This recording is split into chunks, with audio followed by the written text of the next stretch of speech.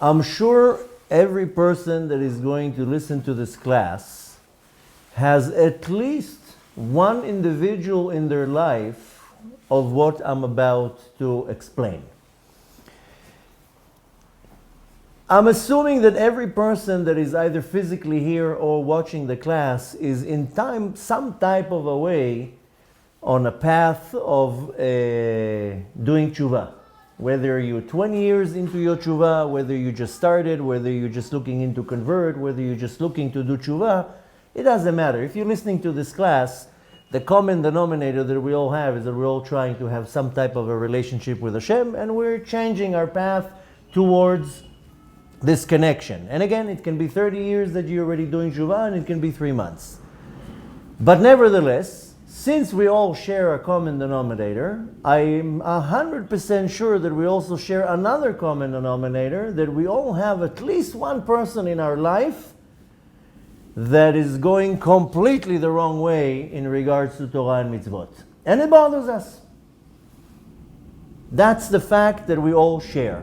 Because whether you are a convert, whether you are Baal Tshuva, whether you so much more, so if you were born observant, everybody has in their life at least one person that is going completely into the wrong direction. Forget about the wrong direction in life. I'm talking about wrong direction in regards to Torah and mitzvot, and it bothers you. And you're saying, what can I do to save this individual? Could be my child, can be my parent, can be my best friend. I was born secular, but I became observant. I look at my family. It hurts me to see that they're not going in the path of the Torah. And doesn't matter what I say, they're not on that path. And I try to do whatever I can to inspire this individual, because I understand this is the truth. And why should I see now my loved one going on a path that will lead them to a spiritual disaster? So we all share this common ground that each and every one of us in our life has this at least one. It can be sometimes 20. People that I see them walking straight into the pit of Gehinnom, no connection to Hashem, doesn't matter what you tell them. Now what do you do with this type of individual? From the bottom of your neshama, you want to help this individual. But that individual seems that there's no interest at all. So this week's parasha comes and seals to us this concept, because the reason I decided to talk about it, because then each and every one of us has at least one of this type of individuals, and in many of the cases it's much more. And you are coming to the same spot with the same question. Now what do I do with this individual?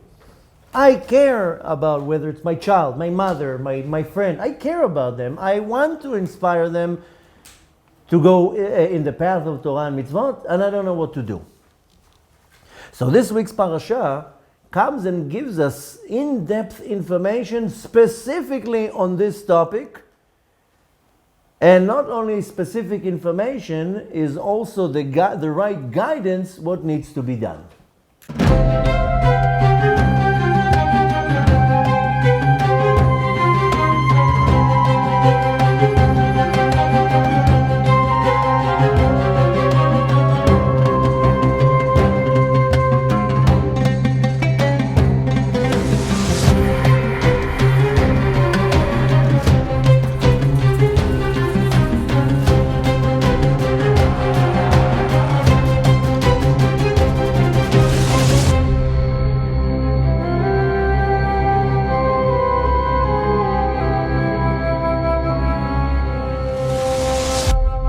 We're very close to the end of the book of Bereshit. We're already 8 parashot into the book, a few more parashot, 4 more weekly portions, and we're done with the book of Bereshit.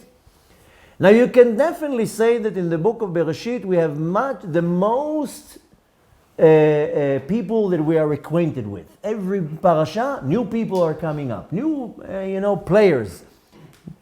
And the rest of the books, it's Moshe Rabbeinu, it's whoever's around Moshe Rabbeinu, the nation of Israel, and we don't get introduced to new individuals. Okay, a little bit in Bamidbar we get introduced to new individuals, Korach and Bilam, but in the book of Bereshit, every week we are introduced to new people. So, since we almost finished the book of Bereshit, Who would you think is the most interesting individual in the book of Bereshit that we can take something serious into our life? You have Adam HaRishon, Noach, Avraham, Yosef. I mean, look how many people you have who to choose from. But if I would have to tell you, who's the person you learned the most from in the book of Bereshit? Avram, Yitzchak. I think that the most mysterious individual in the book of Bereshit, that first of all, you don't even know what's his status really. You don't know if he's really a wicked individual, if he's a righteous individual, is he good, is he bad? We don't even know so much about them. But I think that Esav is one of the most mysterious individuals in the book of Bereshit. Every individual that we read about, every guest star in the book of Bereshit has what to teach us. Starting with Adam HaRishon, of course. And then Noach. And there's other stars that we know of them, but we don't know nothing about them. Metushelach, Shet. But here we have at least 10 individuals that I would say are dominating figures in the book of Bereshit. Avraham, Yitzchak, and Yaakov. And all the kids of Yaakov. Now, who in your eyes is the most, I don't know if to say the most special one, but the one you can learn the most? So I'm sure each one will raise their hand to a different name. I think that with no doubt, Esav is one of the most interesting images or individuals in the book of Bereshit. Because every individual that we read on in the book, we have some type of a connection to. That type of individual is within me. And each and every one of us has in us the Esav that is in me. The one that goes away from the path of Hashem, the one who rebels, the one who's not, the righteous individual of the book. When we learn about Avraham, we learn about Yitzchak, we learn about these giant righteous individuals. But if the Torah is also introducing to me Lavan and Esav and a few other in Ishmael, every individual in the book is coming to teach me something, and each of one of these individuals can be found within me, in my personality, in my tikkun, in my path in this world. So, today we're going to focus a lot on Esav, because Esav is really the first Jewish boy that goes in the wrong path. Okay, you can maybe say Ham, but Noach was not considered Jewish. Really, the only one who can call himself the first Jew is Avraham Avinu. So that makes Esav the first Jew that goes off the path. After him, thousands, if not millions, that decide that this is not for me, and I rather enjoy this world. So we have the first individual who is a Jew. He's born to a Jewish mother. He's born to Rivka. And he goes off the path. If the Torah takes the time to introduce me to Esav, then I have a lot more to learn from him. And the Torah has a lot more to teach me, and how the figure of Esav is influencing me. Therefore, I find it that one of the most interesting characters in the book of Bereshit is Esav. To go and learn from Avraham Avinu, okay, so you learn to be kind and you learn to be righteous, and okay, that's very good teaching. But if the Torah already is taking the length to go and explain about Esav, let's see what the Torah has to say about Esav. So first of all, we have to understand that Esav was a man that went after his heart. And that is the common ground for most people. Most people go after their heart. They don't go work with their mind. They go where the heart takes them, where the desires are, where the lusts are, where the impulses are. How many people can say, I work 100% by my brain? And let me turn the ball to the other side. How many people actually have a brain that they can work and operate with that brain? I know a lot of you will say, oh, what are you talking about? There's a lot of intellectual people. That's not what I'm talking about. The fact is that very few people are actually working with their brain to see what's going on in the world, put 1 + 1 and come up to some type of a sequence, some type of order, some types of common sense. Most people are not working with their brain. Most people, their brain is shut down a long time ago. But nevertheless, let's focus on the fact that Esav is a person like you and me. That what interests him is his impulses. And he's a very strong characteristic that is very passionate about his emotions and his decisions and how he looks at life. And when Esav was angry, he was angry all the way. And when he was loving, a person who gives love, he was all the way. And like I told you, each and every one of us has the Esav that's in me, that just wants to experience pleasure, that wants to pursue the passions and lusts and desires, and that's us. Really? If I need to look at an image in the book of Bereshit and find myself in one of them, it's not in anyone. I'm not Avraham Avinu. I'm a person of chesed that only wants to be devoted to Hashem. Let's not kid ourselves. I'm not Avraham and you're not Avraham, and you'll never be close to the level of Avraham Avinu. When I'm looking at an image like Avraham Avinu, that's like, a righteous person on the wall, like a tzaddik. I'll ever be like Avraham Avinu. I'm not even close. Nachon, the teachings of Maimonides says that you need to look at these leaders, need to look at these righteous people and follow them as a guide, as a person you look up to. But let's cut to the chase. Am I Yosef a tzaddik? Am I in that level? Am I in the level of Yaakov? I'm not in the level of neither one of them. I'm more in the level of Esav. If I'm looking now at some type of individual from the book of Bereshit that I need to relate with, it's Esav. A regular man that cares about life pleasure. That's us. Let's cut to the chase. Okay, some of us are a little bit more refined. We're looking for a more refined path in life, and we find it through the Torah. But we're still struggling with my Esav. I am still struggling with pleasuring my body and limiting that pleasure or pursuing these pleasures. I told you already that the mantra that goes on in my mind for the last 20 plus years is, who are you kidding? That's it. I look in the mirror and I tell myself, who are you kidding? Okay, there's nothing wrong with being Torah observant. You have to be Torah observant. But I don't kid myself that I'm some tzaddik. It's not that I look in the mirror and I'm like, wow, look at this beard. Wow, I'm such a tzaddik. Wow, I prayed today. Wow, and I said a bracha before I drank.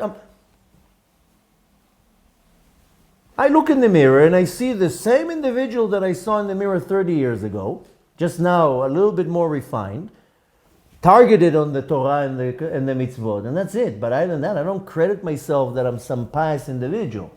Therefore, when I'm looking at the book of Bereshit, the one that I can relate with the most is Esav. That's it.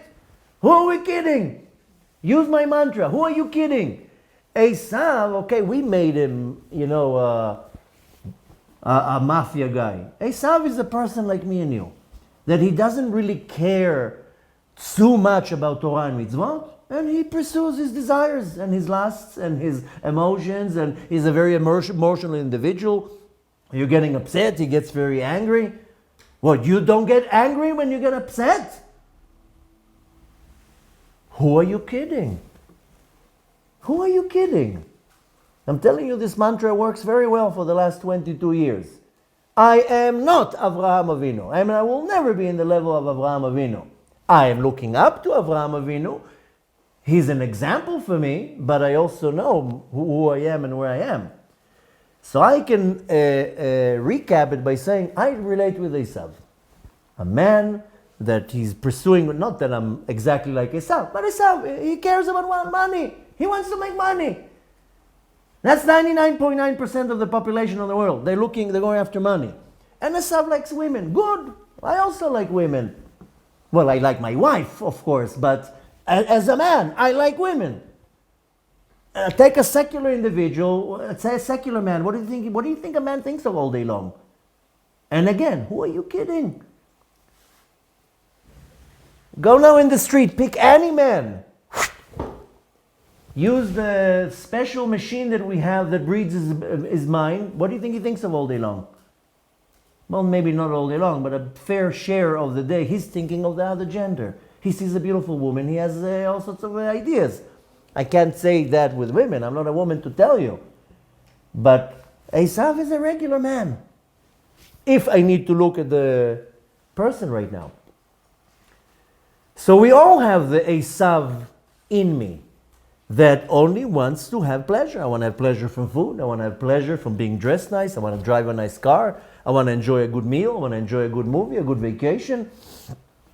I have impulses. I have desires. So basically, Esav is an average individual in this world. That's who Esav stands for. And you have to understand that Esav is, of course, extreme in the Torah. And Esav also comes to tell us that if you are an emotional individual and you don't balance your emotions with intellect, with brain, you're going to suffer a lot. That's it. And you can see it straight out. If a person is very impulsive and very emotional, and there's no a mixture of some common sense here, some sechel, which usually will come from the Torah, you'll see the person will suffer with all sorts of confusions and being distressed or whatever it is. What most people don't understand, and I think this class will relate to most people who are watching it, if you're in the level of looking in the mirror and saying, who are you kidding? If you're looking in the mirror and because you wear a yarmulke and a beard, you think you are a tzaddik, then you have a problem in your life. You need to look in the mirror and see the reality. So hopefully smart people will listen to the class because this is the reality. The reality is that most people don't understand that many of your desires, you can't fulfill them. I was hit with this reality 22 years ago, that sometimes you have a desire and you can't pursue it, and you won't be able to, even if you want to. Move it away even from the shelf. That was my big turning point when I became observant. What, I can't do this? I can't do that? That's it. Story's over. Some of the passions that you're after, remove them from the list. You can't pursue them. The Torah doesn't allow you. When you reach to an understanding that a lot of your passions or your desires or your lusts cannot be fulfilled, that's the day when you can start growing spiritually. Until you get to that point, you have an issue. If you think that every desire and every lust that you have, you will be able to fulfill.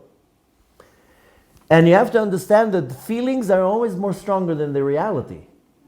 I'll explain that in depth. Most people are miserable, and I'm talking about the people, what I'm explaining now. A person that doesn't understand that there's certain desires that I can't pursue. And that the emotions will always be stronger. These are miserable people because sometimes they're up because they were able to pursue some desire and fulfill it, and then they're down because they can't. So they're going up and down emotionally. And more than that, if a person is that type of person, he will never be satisfied. If your passion is money, it doesn't matter how much money you'll have, you'll never be satisfied.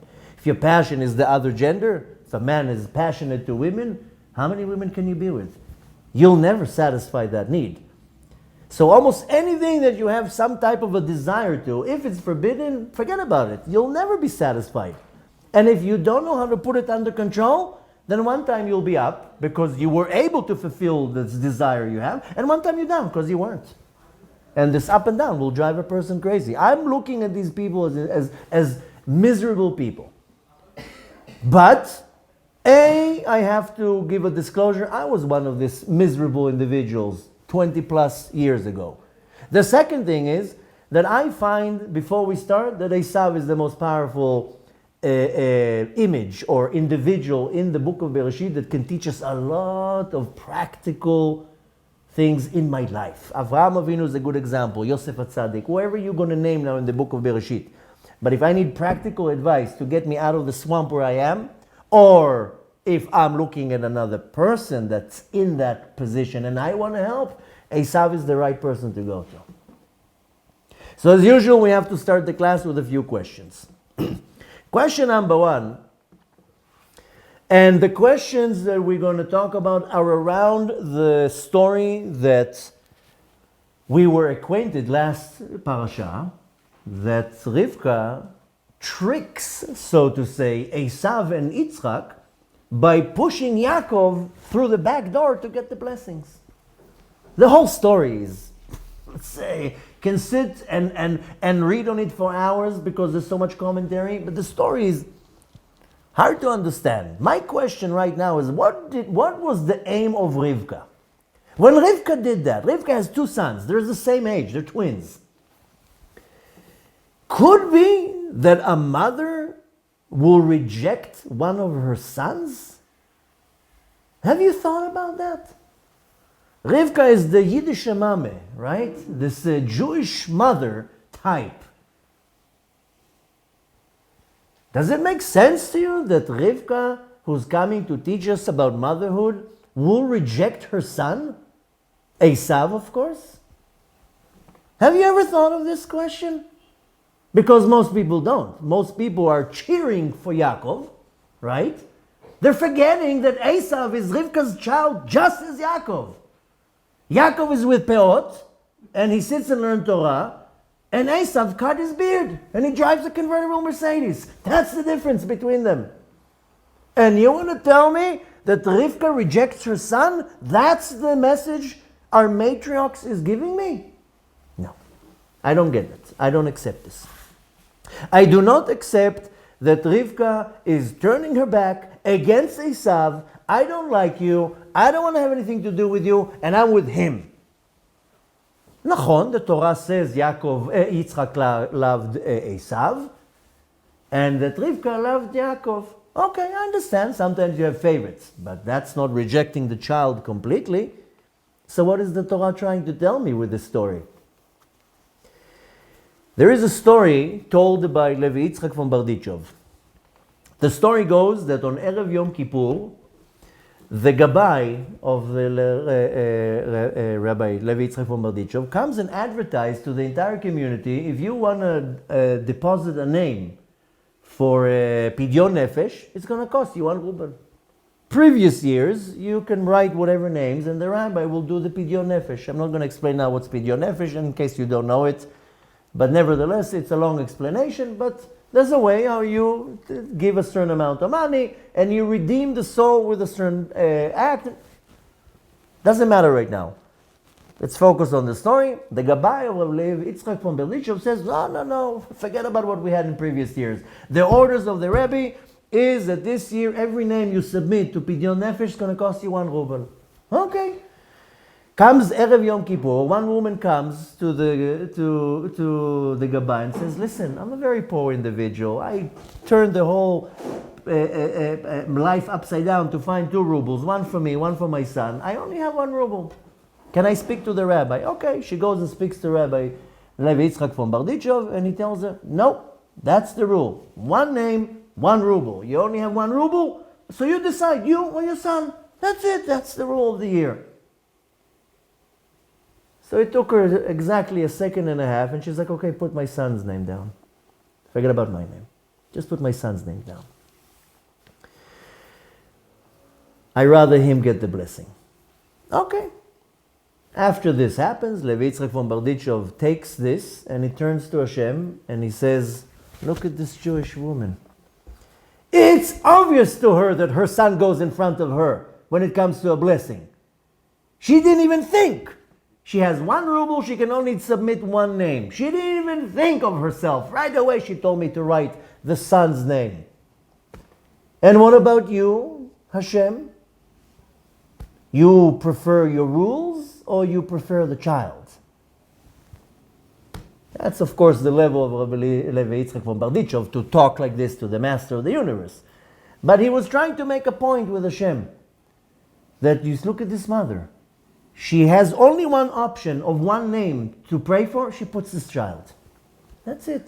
And Rabbi Levi Yitzchak from Bardichov used that to be the defense attorney of Am Yisrael with that story in front of Hashem.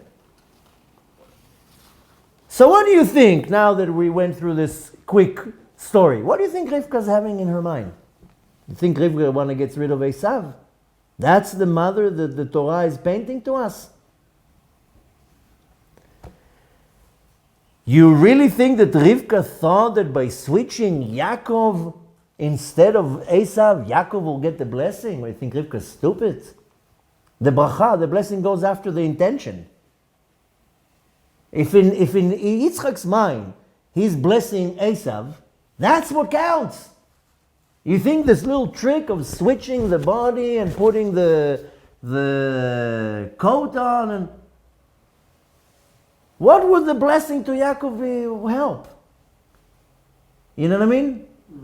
What will the blessing help? That she tricked Yitzchak and she squeezed Yaakov in. You think the blessing will work? In Yitzchak's mind, he's blessing Esav. And Rivka, trust me, is not a stupid individual. That's definitely not what she was trying to do. Listen, here we have to work a little bit with common sense, because we read the story every year and it doesn't make sense. Let's try to make some sense in the story. Rivka, when she switched Yaakov with Esav, she basically appointed Yaakov to have responsibility over his brother by saying, you need to take care of your brother. Your brother doesn't know how to take care of himself. The whole switcheroo here is Rivka telling Yaakov, you see it. Now go take care of your brother. Your brother doesn't get it. In order to understand this concept, let's present another question. And this question is not asked by me, it's asked by most of the commentaries. And the question is that once you ask this question, you understand that there's something in the story that you don't know. In the Torah, you have to be a little bit detective. If you just read the Torah as a book, you won't going to get anything from it. You need to ask questions. If you don't ask questions all the time, you're not really learning the Torah. You're reading a story, and that's it. Because almost every second, third verse, a question can come up. So when you're going to ask this question, you right away understand there's something in the story that there's a missing detail that I don't know of. What does Yaakov do? You know what? Before we ask what Yaakov does, we have the story that the Rivka switches Yaakov with Esav, and it remains as is, and then Yaakov goes on his quest, and 34 years later he comes back. That's really what we're introduced in this class, in this parasha. So now that we don't know what's going on yet with the story, but we fast forwarded 34 years. Now what do we see Yaakov is doing? We see Yaakov, excuse my language, kissing Esav's tuchis, but in a disgusting way. In Hebrew we call it rachuchi. Rachuchi, the translation that I found is flabby or soft. Rach means soft. Rachuchi means that you are I don't even know what's a nice word of saying it. What? Sick of it. No, I would say that, I don't know, I don't have a nice word for this type of behavior. A wuss. I mean, what is this Yaakov doing? You like a little girl to your brother? I don't get it. You are a mature individual. You're in your 90s already. Second of all, you're wealthy, you're rich, you're educated. More than that, you have Hashem's blessing to protect you from everything, and you going like and trying to sweetheart your brother? I don't get it. Come to Esav and tell him, you want war? I'll give you war. Think I'm afraid of war? You have men. I have men too. Forget about men. I have Hashem's promise. Hashem promised Yaakov, you have nothing to worry about. I will dress you, I will clothe you, I will feed you, I will protect you. What is this whole ceremony, this rachuchi, the soft ceremony that Yaakov is doing in front of Esav? All the bowing down and giving presents, and all the presents he's talking here is bribes, by the way. He came with an envelope full of cash. That doesn't make sense. What is Yaakov afraid of? You don't have bitachon in Hashem, Yaakov? You don't have trust in Hashem that took care of you now for the last 34 years? And gave you a promise. Can you imagine you have a promise from Hashem? I'll protect you. So what are you afraid of? You're afraid of your brother? Now if you're afraid of your brother, so you did something wrong? Yaakov, you did something wrong? That you have to be afraid? What's going on here? This entire ceremony, half of the parasha that we're reading, doesn't make sense. What's going on here? What is Yaakov afraid of? Why does Yaakov have to pretend like a wuss in front of Esav? My master? That's even worse. Then he calls him my master. You my master? 34 years Yaakov disappears, right? 14 years he goes to Shem and Ever, and then 20 years he's by Lavan. 34 years the man disappears. Then he goes out of Haran. He initiates an act that he sends the angels to Esav to do peace. This is a Yaakov initiative. It's not that Esav was going towards Yaakov. Yaakov initiated, let's make peace. Now a question that I have. 34 years you didn't hear from Esav. Now you decide to wake him up? Why do you wake up a sleeping dog? Would you go and wake up a sleeping dog? Somebody's a problem for you and the person is busy with their own thing. You wake them up? Why would Yaakov go and wake up Esav? We think Esav is an idiot. Esav couldn't go down to Haran. A 3-day trip. Esav didn't know where Yaakov is. Esav knew exactly where Yaakov is. He knew what's going on, but Esav was busy with his own business. With his own life. If Esav wanted, he would go down already to Yaakov and do whatever he wants. Okay, so we know that Esav said, I'll wait for my father to die. So, Mr. Yaakov, why are you going and waking up Esav now? Esav didn't come to you. You're waking him up. Let's make peace. So, 34 years, Mr. Yaakov, you didn't think of your brother. Now, you're sending him a telegram. Let's make peace. I don't understand it. Why is Yaakov running after Esav? 34 years, what were you doing? You want to tell me you were so busy you couldn't pick up a phone? You couldn't pursue peace then? Something here doesn't make sense. And worse than all this, like I told you, Yaakov, with all the tuchas kissing, starts calling Esav my master. You my master? I don't understand. 8 times he tells him you're my master. I don't get it. Okay. And what's more not understandable with him calling him a brother, a master, because Rivka already had the prophecy. We read that last chapter in Bereshit, chapter 25, verse 23. And the elder will serve the younger. V'rav ya'avod tza'ir. So you already know that the older will serve you. Why are you calling him my master? I don't know the word in English. In Hebrew, the word is litchanef, chanufa. In English, Sycophant. How did you say it? Sycophant. Sycophant? Like to bootleg.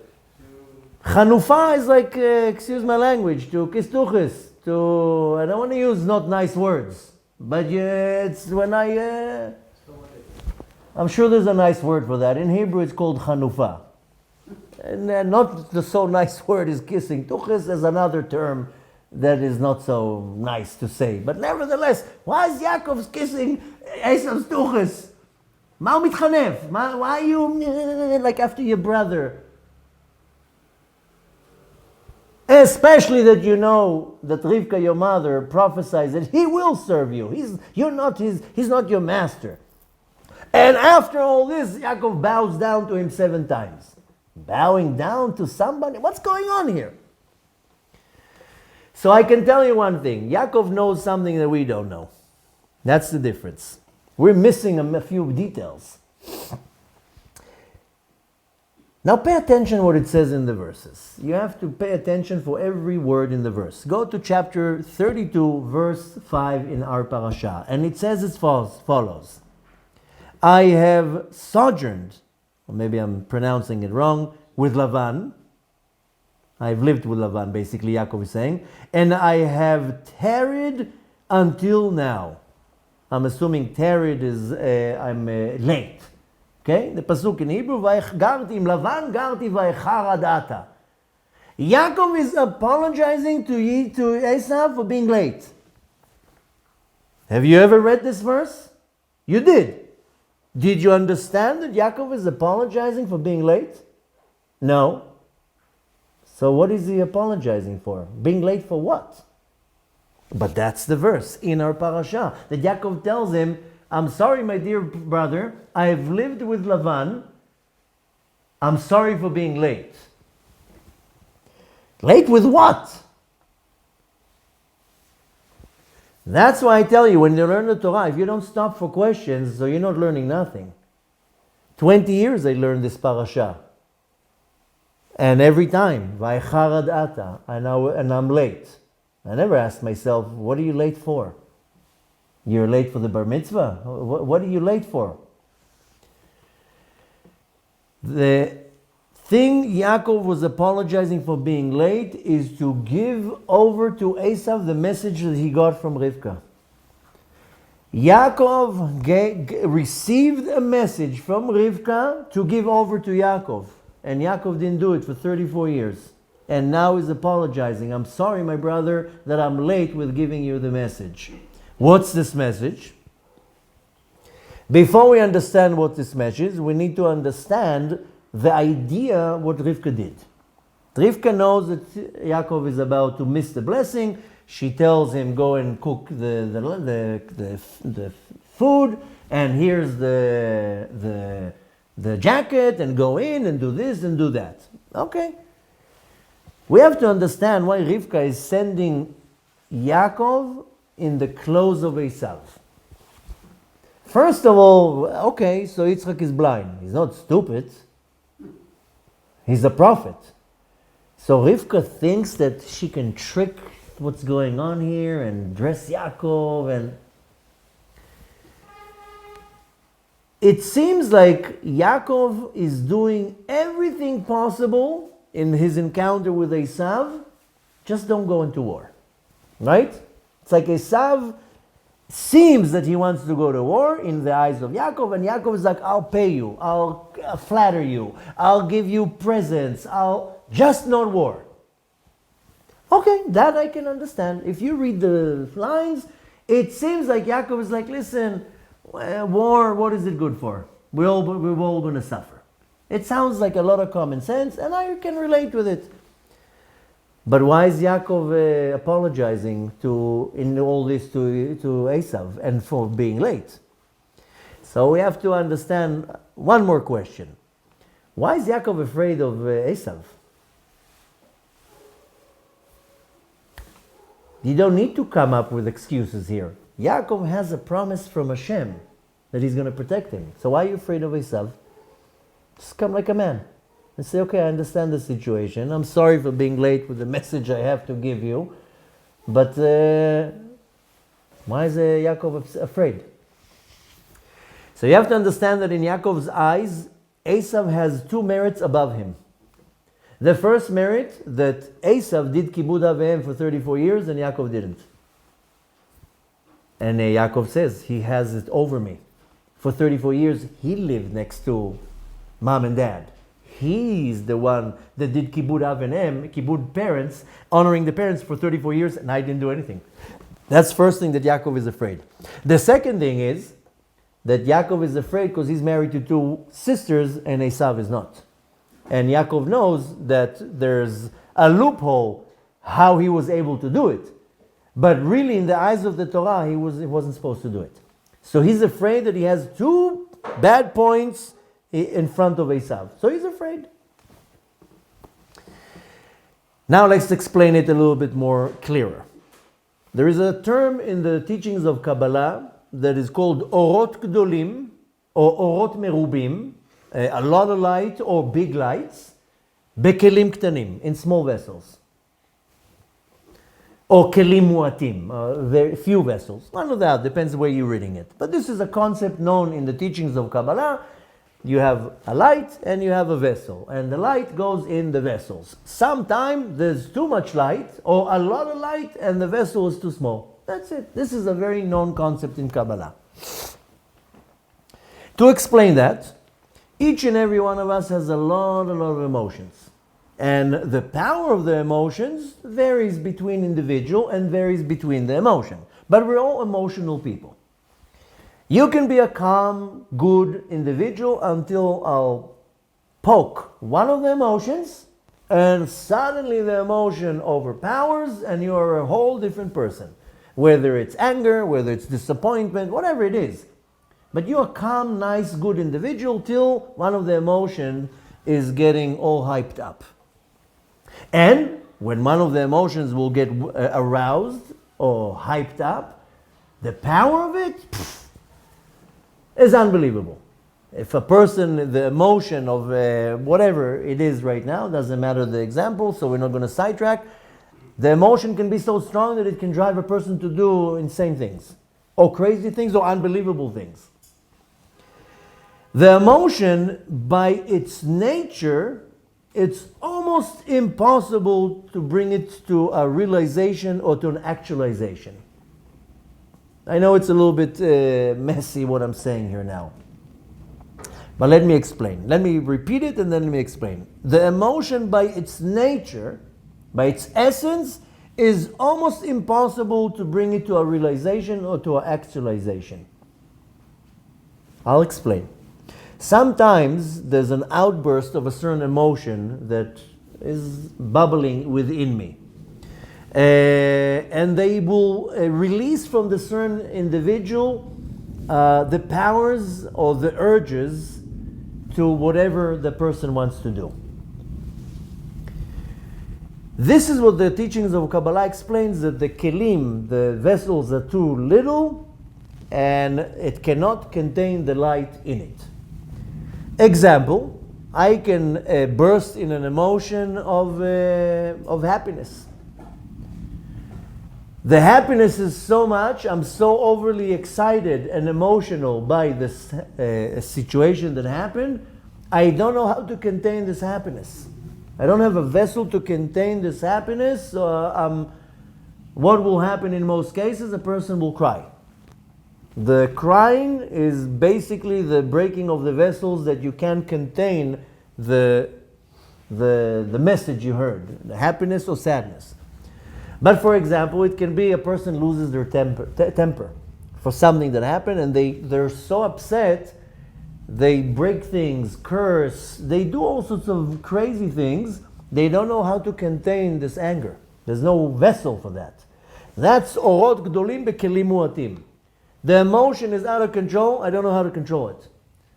So the emotion will be represented by the light. The emotion is out of control, I don't have a vessel to contain it.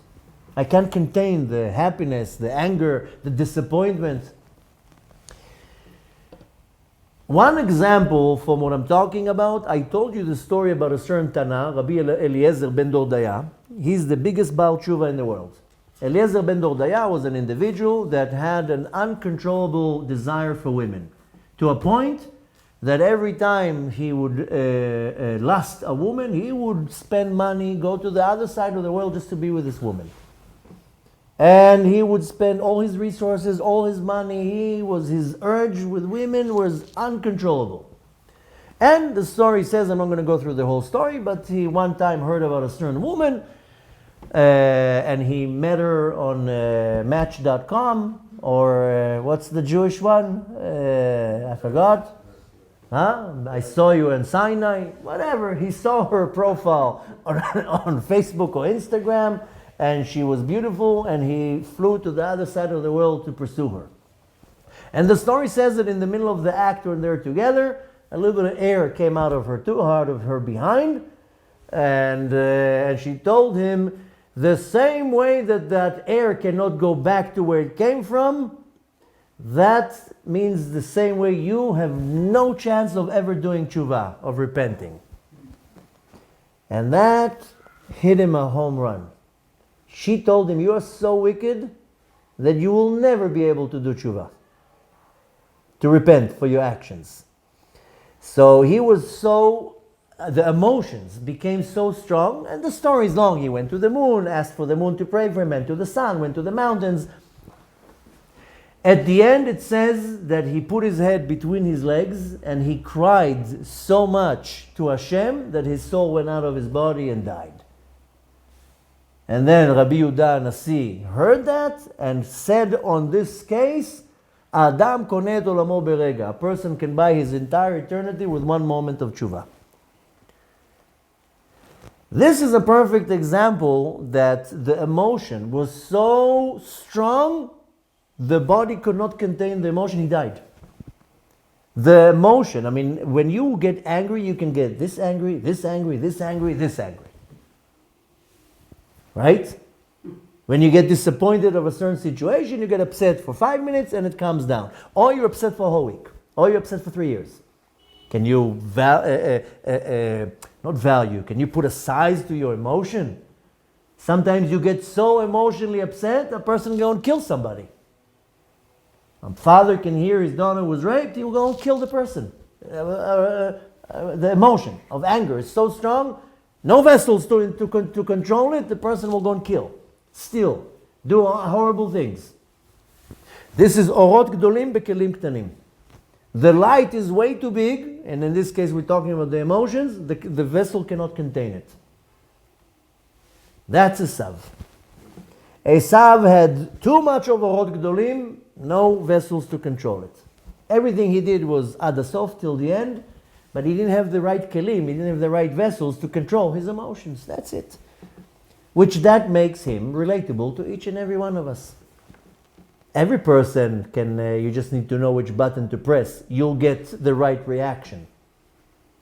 Somebody told me not too long ago, I find it hard to imagine how you say you were on yourself 25 years ago, that you were, get angry in a second and a half. And I can't even fathom you, an angry individual. You look so calm.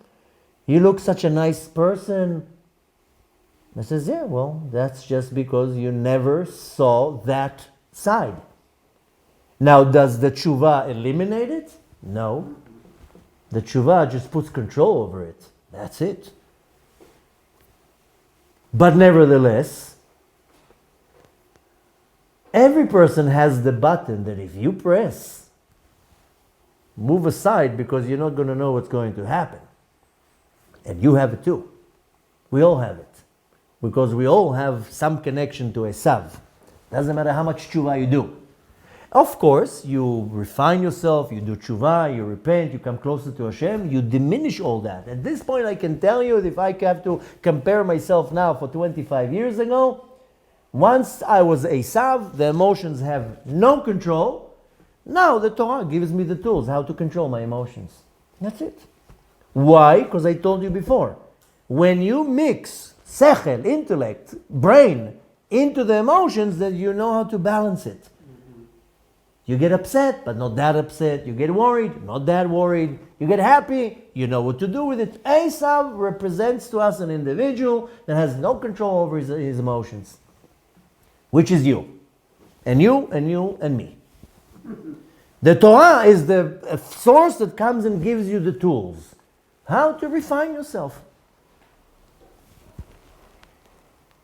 Now comes a big question. If the Torah is the type of individual that we're tagging that has no control over his emotions, what is the Torah telling me that where did it come from? So I'll tell you where it comes from. The teachings of Chassidut explains that Esav comes from the world of Tohu. We are living in this world.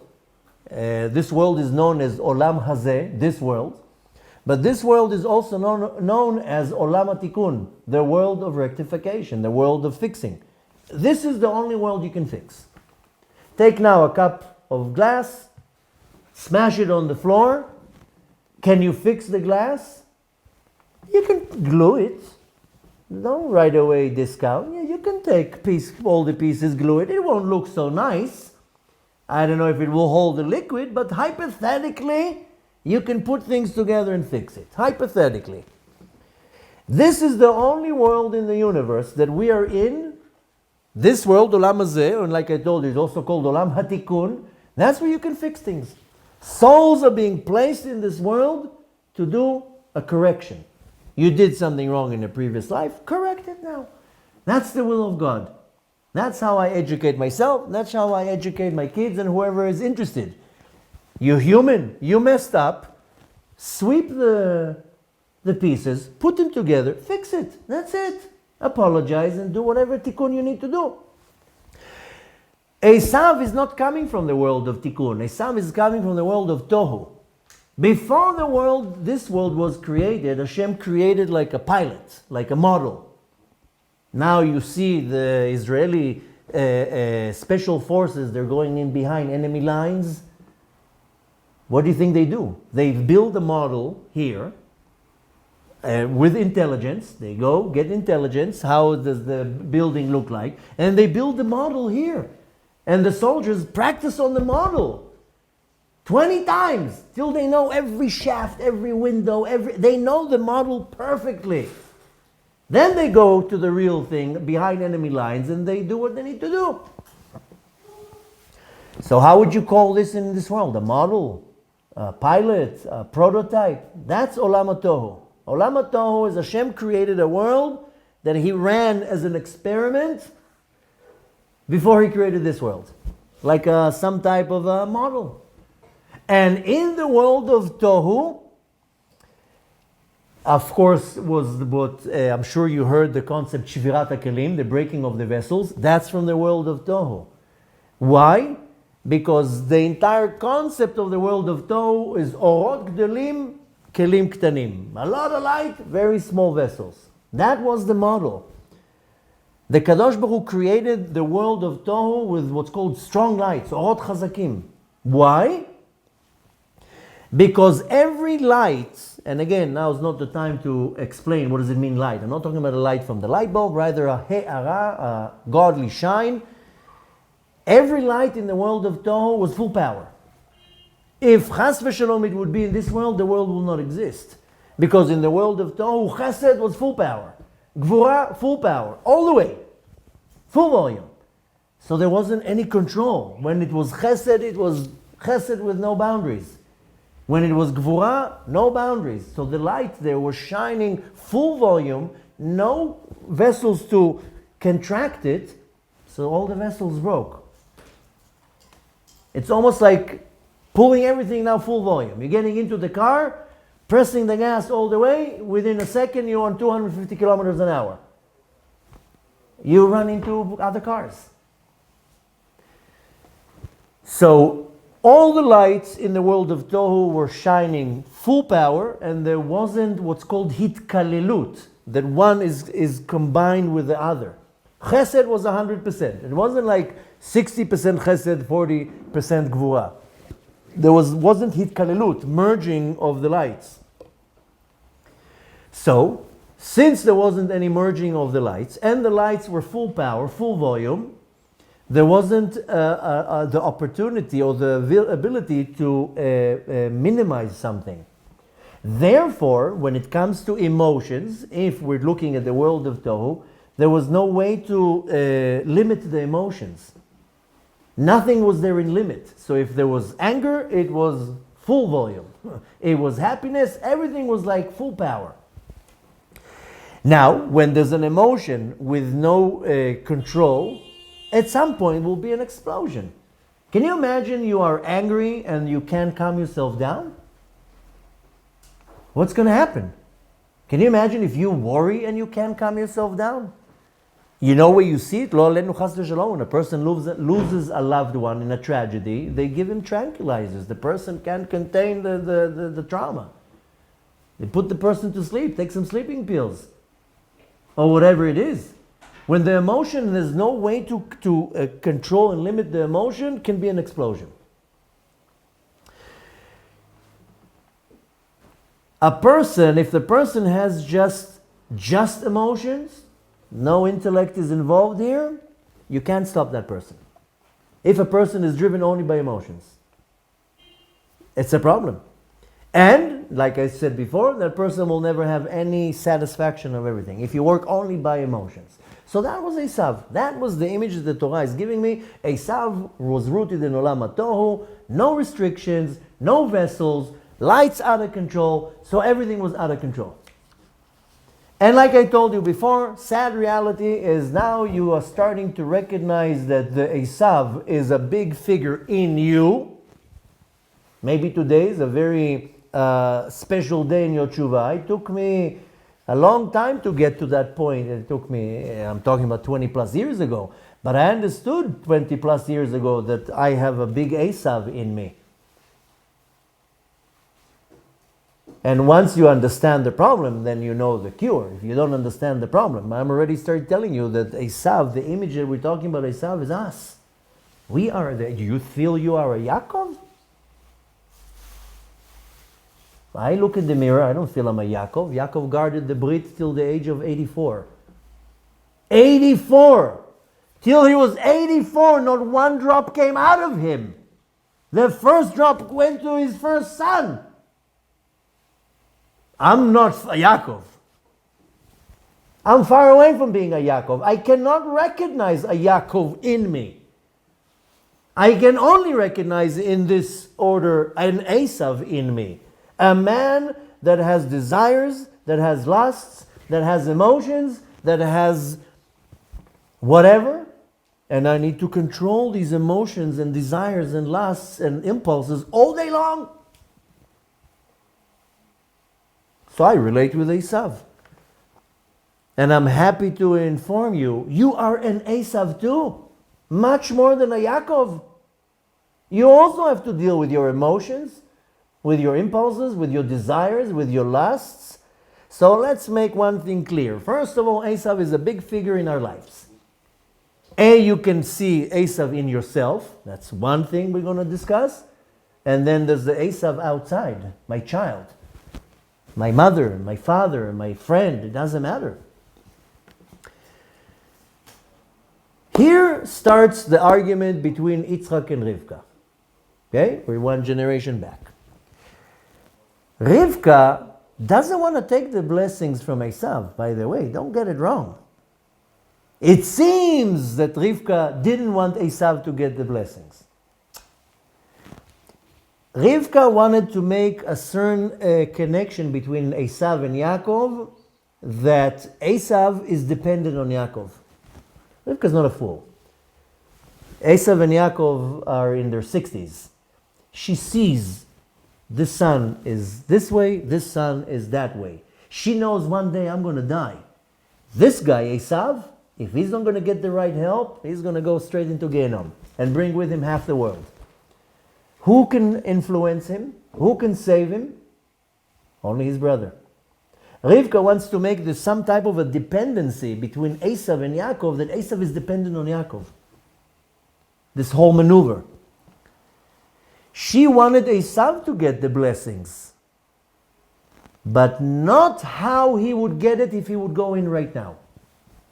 She wanted Esav to get the blessings only when he's holding the calf of Yaakov, when he's following Yaakov, not when he's following his emotions.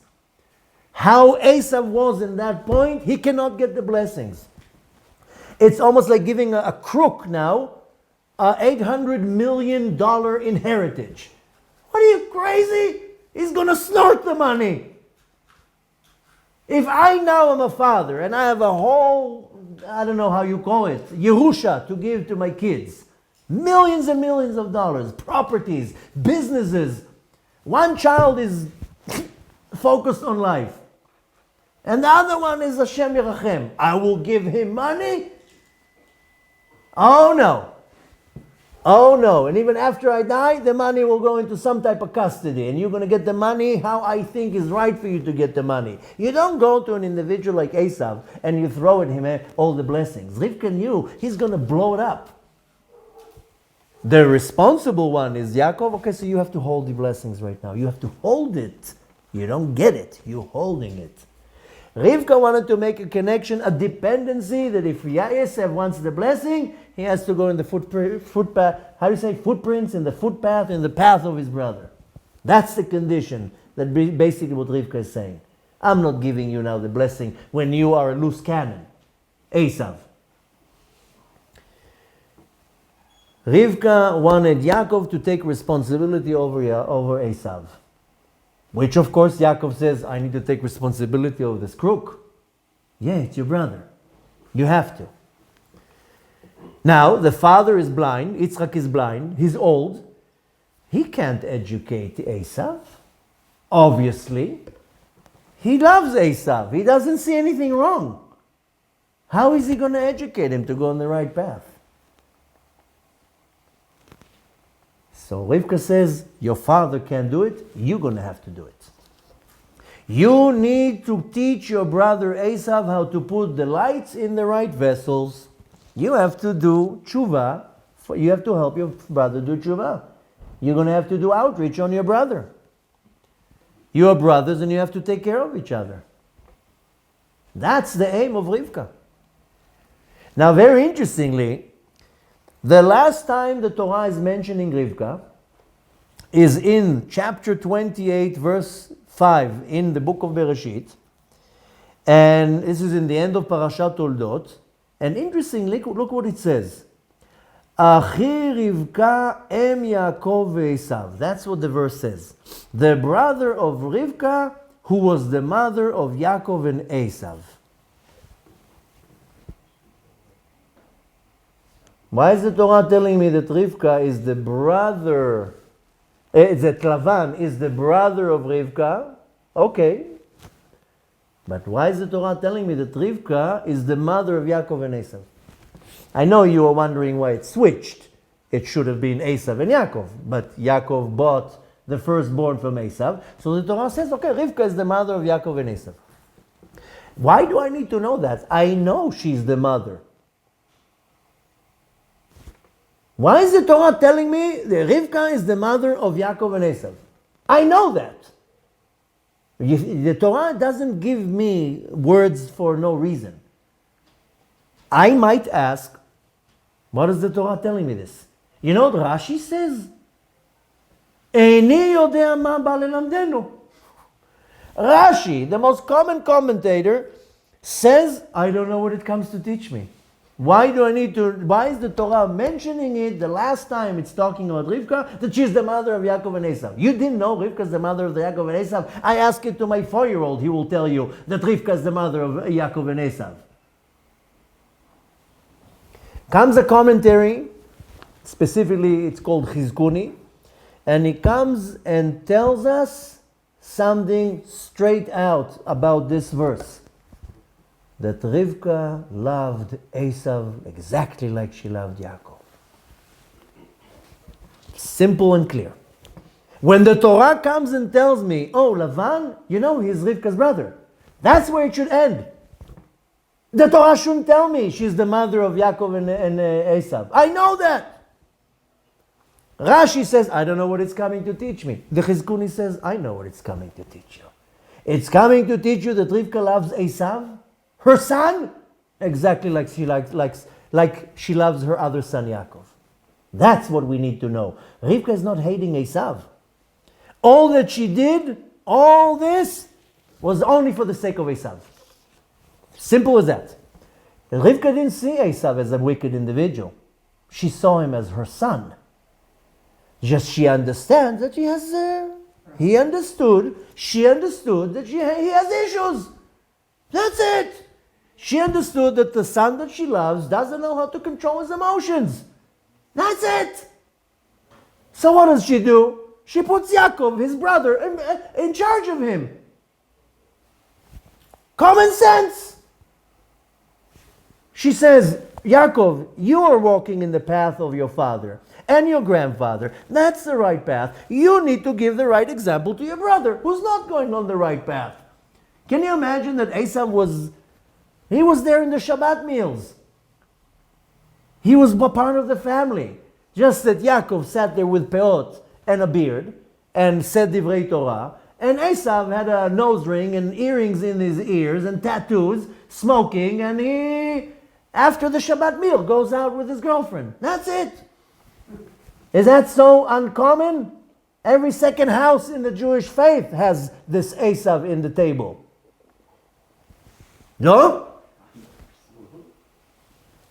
So my child goes on a certain path. I don't love him. Okay, this child needs more attention. This child needs less attention. Yaakov didn't need attention. Esav needed attention. So really, Rivka is telling Yaakov, you are in charge to bring your brother back to the Torah. Yaakov is getting Rivka's will. And in the will is that you have to be your brother's rabbi. I have sisters and brothers. My sisters are not so in the path of the Torah. At all, even, if I might say. Now, of course, my parents didn't appoint me, but I have a certain level of responsibility. How can I bring back my sisters closer to the Torah? One day Hashem is going to ask me that. Hashem is going to tell me, what, you're able to bring back to the Torah thousands of people? Your sisters, you can't. Your mother, you can't. Your brother, you can. What's your problem? Now, listen, not every time you are the right individual to do it. I'm just telling you the situation. To summarize what we need to understand here, let me first tell you a story. Another story with Levi Yitzchak from Berdichov. There was a story that the situation was very, very difficult with the government. The government was going after all the Jews, especially the rabbis, especially a rabbi who would perform circumcision and Talmud Torah, learning Torah. So there was a very difficult situation at the time. And at the time, there was a neighbor who lived close to Levi Yitzchak from Berdichov, and she came and told him, listen, the situation here is bad. My daughter and her fiance, they're fleeing the city, but we want you to marry them right before they leave. They want to be married. So he says, okay, that won't be so easy to do. We have been followed. We're not allowed to do chupot. It was illegal. Nevertheless, she's like, listen, I really want them to be married before they go off to the journey. Please make it happen. Okay. Levi Yitzchak from Berdichov gathers a bunch of men, and there are 9 men. They're missing one guy. In the building where they lived, the guy on the first floor was an informer. He was a member of the Communist Party, a Jew, a member of the Communist Party, and he was the one who would report to the Communist Party. What's going on? He would look in the people all day long, who's going up to the rabbi, who's going down, and he would inform an informer, a Jew, to the Communist Party. Of course, it was very common, unfortunately. So there are 9 people. Levi Yitzchak from Berdichov goes to this guy and tells him, we need you for a minyan. The guy tells him, are you kidding me? You know that I'm a member of the Communist Party. You know that I'm the one who's writing what's going on here. Rabbi Yitzchak tells him, forget about this nonsense right now. You are a Jew. You are a born Jew. Right now we need you. Write whatever you want. Right now we need you to perform the wedding. Can you come? So they schlep him up. They do the wedding. They do the whole thing. And they send the couple off. And Levi Yitzchak turns to this guy and says, okay, we're done. You can do whatever you want. So the guy says, it's fine. Not only that I'm not going to write anything. After what I saw here, I'm leaving the Communist Party. I don't want to do this anymore. I'm back in our team.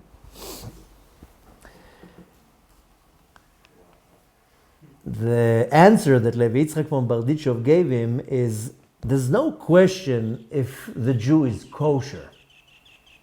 The question is how much you are willing to dig.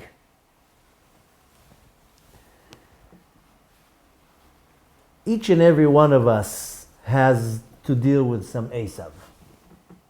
If the Esav is you, then you have to understand that you need to put yourself under some type of leash. That's why I started the beginning by saying a person that is in that level, that doesn't understand that not all your desires can be fulfilled, if you don't understand that, you are miserable, a miserable individual. I understood 22 years ago when my rabbi broke the news to me and he told me, get used to it. Not all your desires you can and will fulfill. Forget about the attitude that whatever you want, I'm going to go after. Because that's how I was, and that's how most people are. You hungry, you go and look for food. You desire the other gender, hopefully it's the other gender and not the same, then you go and pursue that.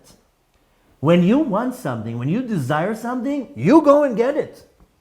Some people are very hungry to fulfill their desires and they will trash everything in their way, step on everything, steal from their loved ones, cheat just to get their fix. A person who lives like that is a miserable person because he will never be satisfied.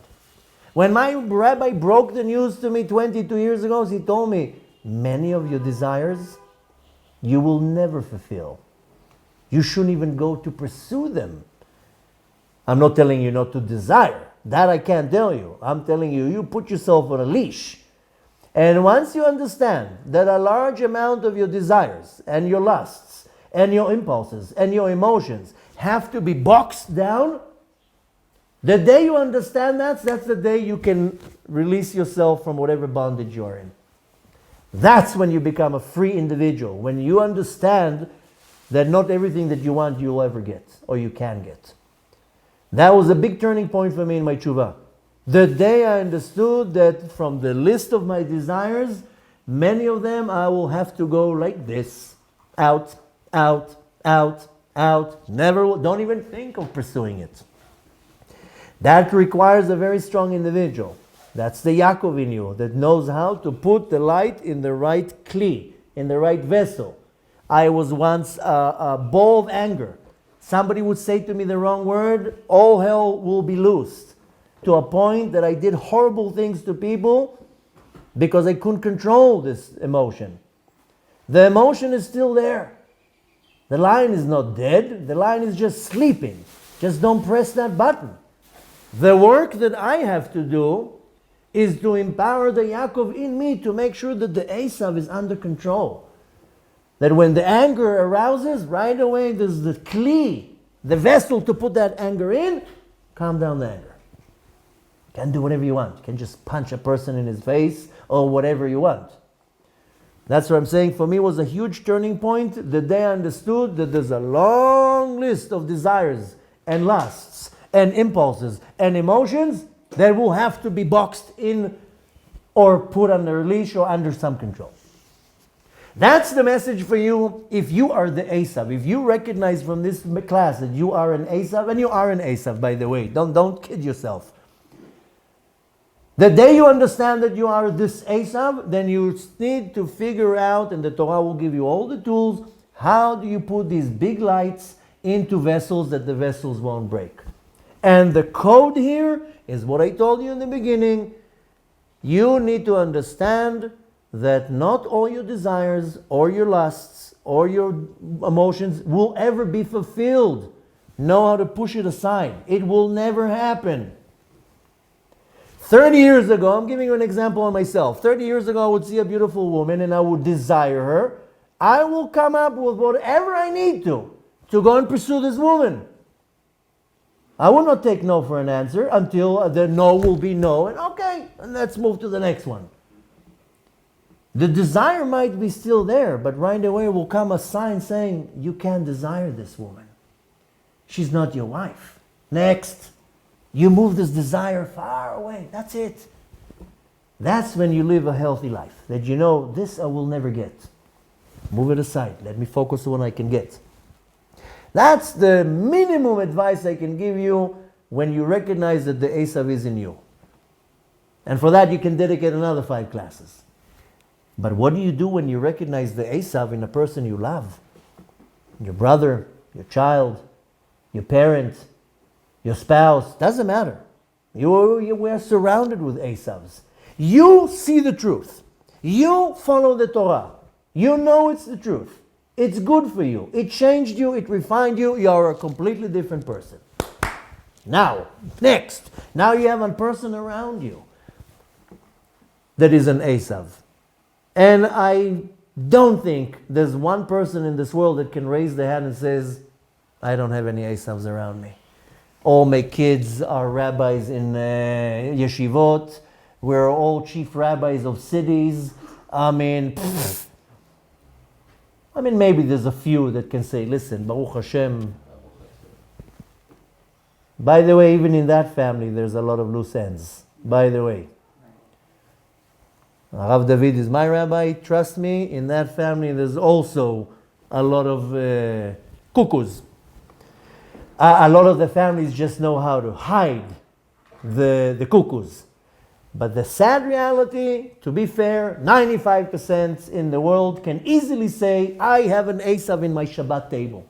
My child that doesn't see eye to eye with me, that doesn't see that the Torah is the truth, that thinks that this is fine and this is fine and this is okay and that is okay and Hashem mirachem. Sometimes people tell me what they're dealing with their family and friends. And the fact is that each and every one of us has an Esav in our life.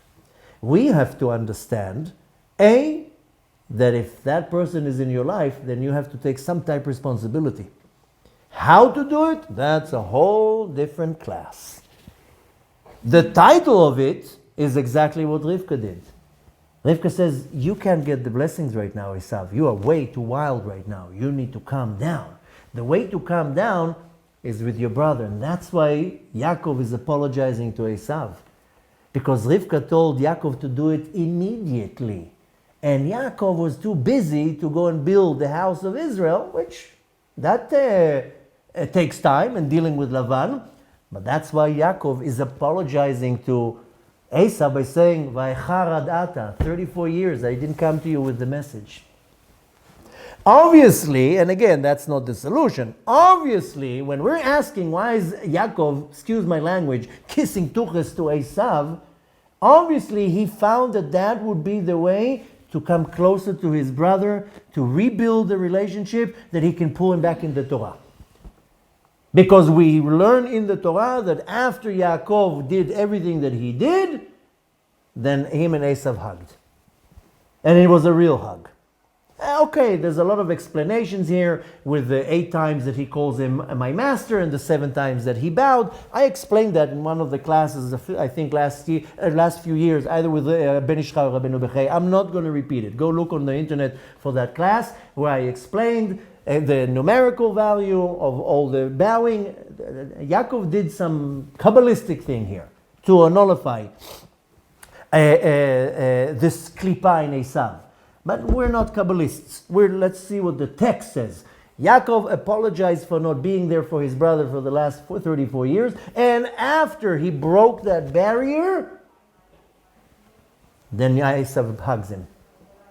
And they're friends. They're back to being friends. One might take that.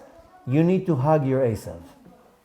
You need to, I know it might sound the wrong way, and I apologize for using it. This term, you might need to kiss the tuchas of your Esav.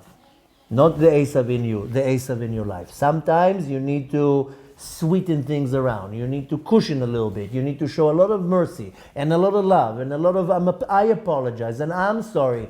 Just to be able to bring the Esav close to me. That I can slowly help, guide, and influence. So really, Rivka is not a horrible mother, what most people think, that she wanted to kick Esav out of the door. On the contrary, she saw that Esav will call him now special needs. She saw that Yaakov is the one that can do it. And she came and gave him the responsibility. She says, you go in and get the blessings, and you hold it for your brother, because your father's going to die soon. And when he's worthy of it, you're going to give him the blessings. You hold it for him. And you teach him what he needs to do. Saying, in other words, that we have to take responsibility of our brothers and sisters. And it doesn't matter if it comes in the form of a brother, a form of a stranger, or my family member. The approach that Yaakov chooses is to hug Esav. And to kiss. And to kiss tuchis. And you're great. And you're amazing. And you know what? In many of the cases, you want to bring somebody close to you. You can't tell them, oh, you are a liar, you are a thief, you are an embarrassment to this family, Hashem won't look at you. And that's not how you're going to pull somebody close to you. By telling the person, you know what, you're amazing, you have amazing skills, you're so thoughtful. That's what Yaakov did. He empowered all the good in Esav to tell him, you're also special, you're also good, you can also do tshuva. The message here is very, very powerful. That whether it's me that is the Esav, that's one thing. That in itself, simple as I told you. Blow up half the desires, lusts, dreams, just push it away. I'll never have it. I can't have it. I shouldn't even want to have it. But I'm more looking at the option that we have an Esav amongst us. It can be your brother, it can be your child, it can be your best friend. How do you deal with the Esav? We have responsibility to take care of our brother, and that's where Hashem says you have responsibility. You need to figure out how to do it. So the message that we're getting here from Rivka is very, very powerful. If we go by what Rav Levi Yitzchak from Berditchev answered this person, it's not if you are kosher, it's how much you're willing to give. How much are you willing to do to bring that individual closer? So the command was of Rivka's. Rivka commanded Yaakov to take care of his brother. The mission was placed on Yaakov. And we are the ones who need to continue it.